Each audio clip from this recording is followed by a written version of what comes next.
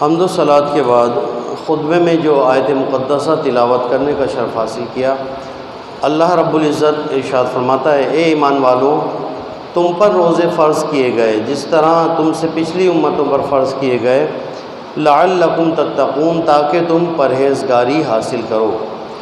تو یہ ماہ رمضان کا مقصد اللہ رب العزت نے پرہیزگاری اور تقوی اختیار کرنا قرار دیا۔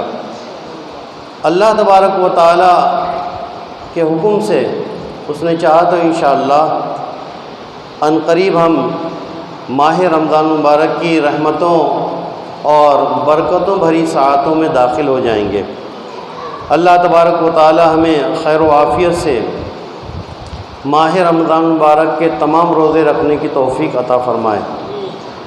یہ وہ مبارک مہینہ ہے کہ جس کے بارے میں قرآن حکیم فرقان حمید نے نام لے کر ذکر کیا، شہر رمضان الذی انزل فیہ القرآن، کہ رمضان وہ مبارک مہینہ ہے کہ جس میں قرآن کا نزول ہوا۔ دیگر مہینوں کے نام قرآن میں ذکر نہیں، لیکن رمضان کا نام لے کر اللہ رب العزت نے اس کا ذکر فرمایا، اور پھر یہ بھی فرمایا کہ قرآن حکیم فرقان حمید اسی ماہ مقدسہ ماہ رمضان میں نازل ہوا۔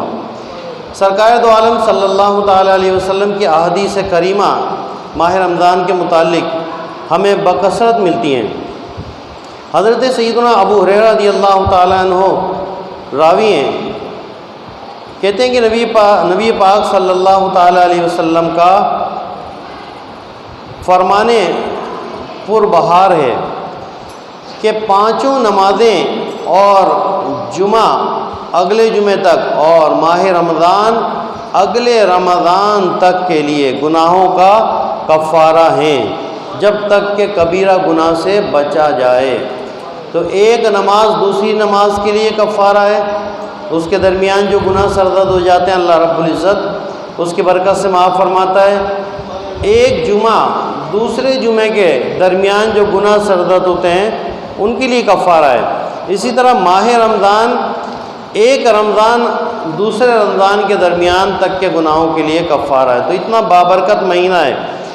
سرکار دو عالم صلی اللہ علیہ وسلم نے اس مہینے کے بارے میں ارشاد فرمایا کہ اگر بندوں کو معلوم ہوتا کہ رمضان کیا ہے تو میری امت یہ تمنا کرتی کہ کاش پورا سال رمضان ہی ہوتا، پورا سال۔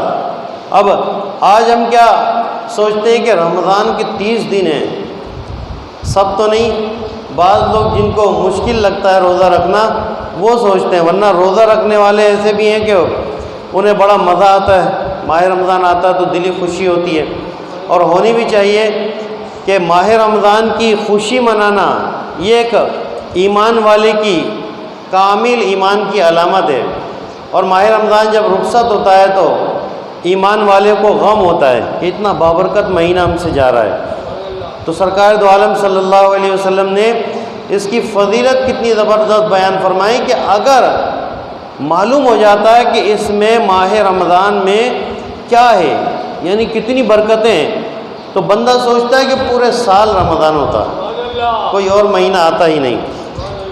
ایک بڑی زبردست حدیث پاک ہے جس کو حضرت سیدنا عبداللہ ابن عباس رضی اللہ تعالیٰ عنہ نے روایت کیا،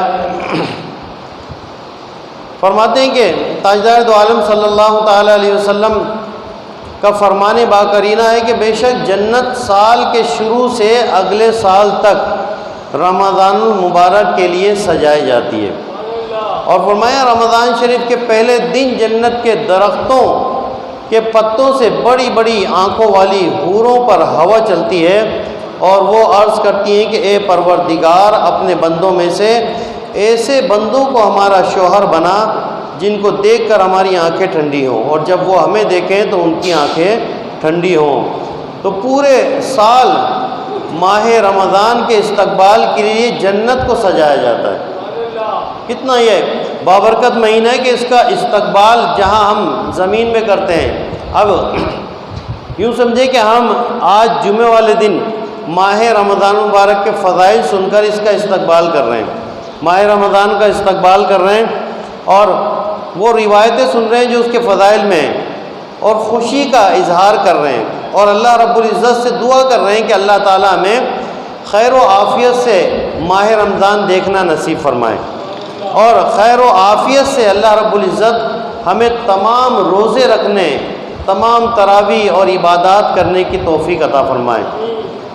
تو اسی طرح جنت بھی پورے سال سجائی جاتی ہے۔ مفسر شہیر حکیم الامت مفتی احمد یار خان نعیمی رحمۃ اللہ تعالیٰ علیہ فرماتے ہیں کہ بے شک جنت سال کے شروع سے اگلے سال تک رمضان کے لیے سجائی جاتی ہے۔ اس کے تحت میرات، یہ حدیث شریف کی شرح ہے، بخاری شریف کی شرح میرات، اس میں لکھا ہے کہ یعنی عید الفطر کا چاند نظر آتے ہی اگلے سال کے لیے جنت کی آرائش یعنی سجاوٹ شروع ہو جاتی ہے۔ یعنی رمضان یہاں ختم ہوا اور اگلے دن سے ہی عید الفطر یعنی پہلا دن جو رمضان کے بعد شروع ہوتا ہے، اور پھر رمضان کے آخری دن جب رمضان شروع ہونے والا ہے تو اس دن تک پورے سال جنت کو سجایا جاتا ہے۔ اتنا اہتمام ہے رمضان مبارک کا۔ اور فرمائیں کہ سال بھر تک فرشتے اسے سجاتے رہتے ہیں۔ جنت خود سجی سجائی پھر بھی زیادہ سجائی جائے، پھر سجانے والے بھی فرشتے ہوں تو کیسی سجائی جاتی ہوگی۔ اس کی سجاوٹ ہمارے وہم و گمان سے ورا ہے۔ بعض مسلمان رمضان مبارک میں مسجدیں سجاتے ہیں، واقعی اس پر جو ہے پہلے کے دور میں جو ہوتا تھا کلر کرنا اور جھنڈیاں لگانا، اس طرح کا رواج، اب جو ہے لائٹوں کا رواج آ گیا۔ جس طرح دور میں جدت آتی رہتی ہے تو زمانے میں جس طرح تبدیلی آتی ہے اسی طرح انسانوں کے معاملات بھی بدلتے رہتے ہیں۔ تو بعض مساجدیں رمضان کے لیے سجائی جاتی ہیں، اہتمام کیا جاتا ہے کہ رمضان شریف آنے والے ہیں، تو اسی طرح جنت بھی رمضان کے لیے سجائی جاتی ہے اور پورے سال سجائی جاتی ہے۔ مساجدوں میں تو پھر بھی چلو 1 مہینے 2 مہینے پہلے اہتمام شروع ہوتا ہے، لیکن جنت تو جیسے ہی ماہ رمضان ختم ہوتا ہے شوال کا چاند نظر آتا ہے اور اس کی سجاوٹ شروع ہو جاتی ہے۔ اب جنت دیکھیں آپ کہ جنت کو سجایا جا رہا ہے۔ اس میں مفتی احمد یار خان نعیمی رحمۃ اللہ تعالیٰ علیہ اس کی شرح میں فرماتے ہیں کہ جنت کو سجایا جا رہا ہے۔ آپ سوچیں تو صحیح، جنت پہلے ہی سجی ہوئی ہے۔ جنت ایسی جگہ ہے کہ اس کی مثال کوئی دنیا میں دے ہی نہیں سکتے، تو وہ پہلے سجی ہوئی ہے، پھر مزید اس کو سجایا جاتا ہے، اور سجانے والے کون ہیں؟ فرشتے، اللہ کے معصوم فرشتے اسے سجاتے ہیں۔ اب جنت ایسی جگہ ہے کہ فرمایا کہ جنت میں ہر چیز کی نعمت ہے، یعنی وہاں پر کوئی ایسی چیز آپ کو نہیں ملے گی کہ جس سے آپ کو پریشانی ہو، آپ کہیں کہ جس سے جو ہے آپ کو رنج ہو، غم ہو، تکلیف ہو، کوئی چیز نہیں، کوئی آپ کو جو ہے مشقت کرنی پڑ جائے، نہیں۔ اب مثال کے طور پہ ایک جنتی اپنے تخت پر بیٹھا ہوا ہے، یا تخت پر اپنے جو ہے وہ تکیہ لگائے آرام کر رہا ہے، لیٹا ہوا ہے، سامنے اس کو ایک درخت نظر آتا ہے پھل کا، اور بڑا لذیذ قسم کے پھل نظر آ رہے ہیں اس کو، تو وہ کیا کرے گا؟ وہاں سے اٹھے گا، درخت پہ چڑھے گا، پھل توڑے گا؟ ایسا نہیں، جنت میں مشقت نہیں ہے۔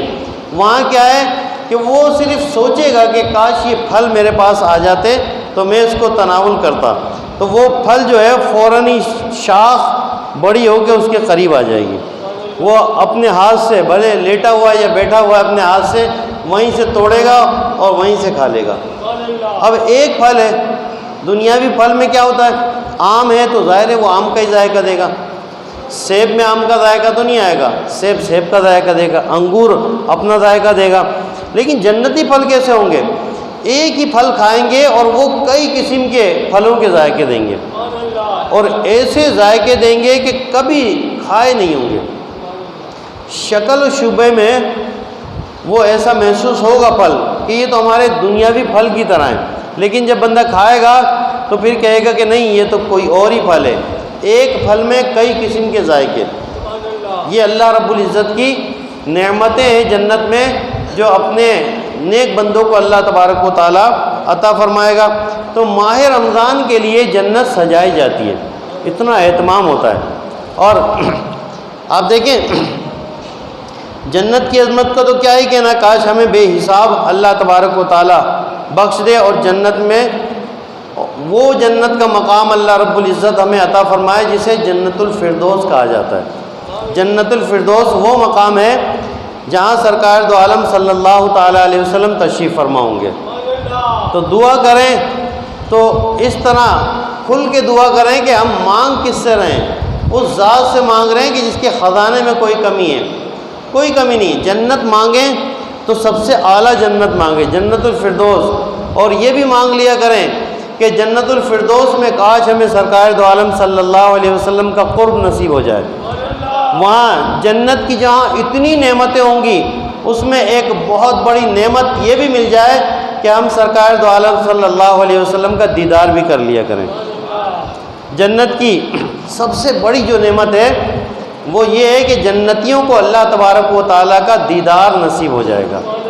اتنی نعمتیں ہوں گی، لیکن جب اللہ تبارک و تعالیٰ کا دیدار نصیب ہوگا تو وہ ایسی نعمت ہوگی کہ اس کے آگے ساری نعمتیں ختم ہیں۔ بندہ جب دیدار کر کے آئے گا تو وہ ایسا سرشار ہوگا کہ جب ان کی حوریں دیکھیں گی تو وہ کہیں گے کہ آج تو کوئی الگ ہی رنگ ہے، تو وہ بتائے گا کہ آج رب تعالیٰ کا دیدار کر کے آ گئے۔ تو یہ سب سے بڑی نعمت ہے۔ اللہ رب العزت ہم سب کو بے حساب جنت الفردوس سرکار دو عالم صلی اللہ علیہ وسلم کا پڑوس عطا فرمائے۔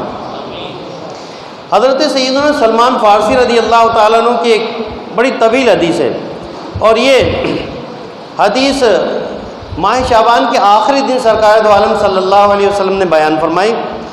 فرماتے ہیں کہ محبوب رحمان سرور ذیشان صلی اللہ تعالیٰ علیہ وسلم نے ماہ شعبان کے آخری دن بیان فرمایا کہ اے لوگوں، تمہارے پاس عظمت والا برکت والا مہینہ آیا، وہ مہینہ ہے کہ جس میں ایک رات ایسی بھی ہے جو 1000 مہینوں سے بہتر ہے۔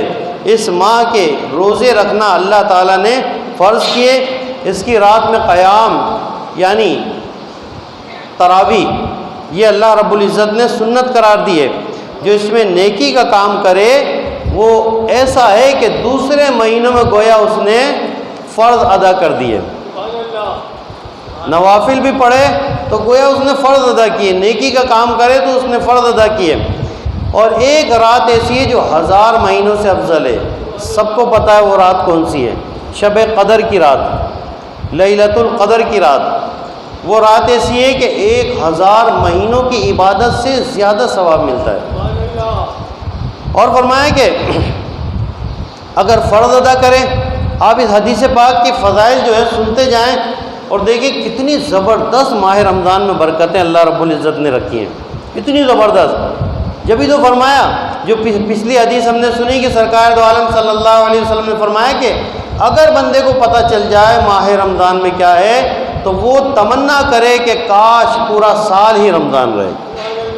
کیوں کہ فرمایا کہ اگر وہ فرض ادا کرتا ہے رمضان میں تو گویا اور دنوں میں 70 فرض ادا کر لیے، اور دنوں میں 70 فرض ادا کرے گا تو رمضان کا ایک فرض وہ اس کے لیے کافی ہے۔ اسی طرح یہ مہینہ فرمایا صبر کا مہینہ ہے، اور صبر کا ثواب جو ہے یہ اللہ تبارک و تعالیٰ ہی عطا فرماتا ہے، اور اس کے ثواب کا کوئی اندازہ نہیں کر سکتا۔ ان اللہ مع الصابرین، اللہ تبارک و تعالیٰ فرماتا ہے کہ صبر کرنے والوں کے ساتھ اللہ تعالیٰ ہے۔ اب اس کے ساتھ اجر و ثواب کتنا بھی ہو جائے، جس کے ساتھ اللہ تعالیٰ ہو جائے اس کے کیا کہنے، تو صبر کا مہینہ ہے۔ اور فرمایا کہ یہ مہینہ مواسات یعنی غمخواری کا مہینہ ہے، بھلائی کا مہینہ ہے۔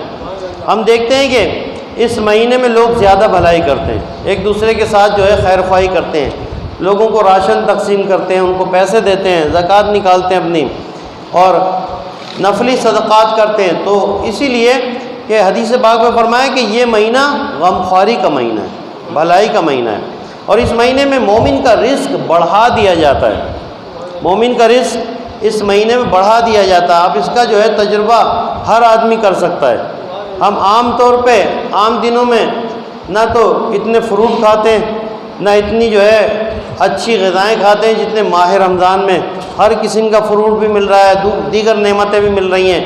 تو فرمایا کہ اس مہینے میں مومن کا رزق بڑھا دیا جاتا ہے، اور جو اس میں روزہ دار کو اگر وہ روزہ دار کو پانی پلائے، روزہ افطار کرائے، تو گویا ایسا ہے کہ جتنا ثواب روزہ رکھنے والے کو ملا اتنا ہی اس کو بھی ملا۔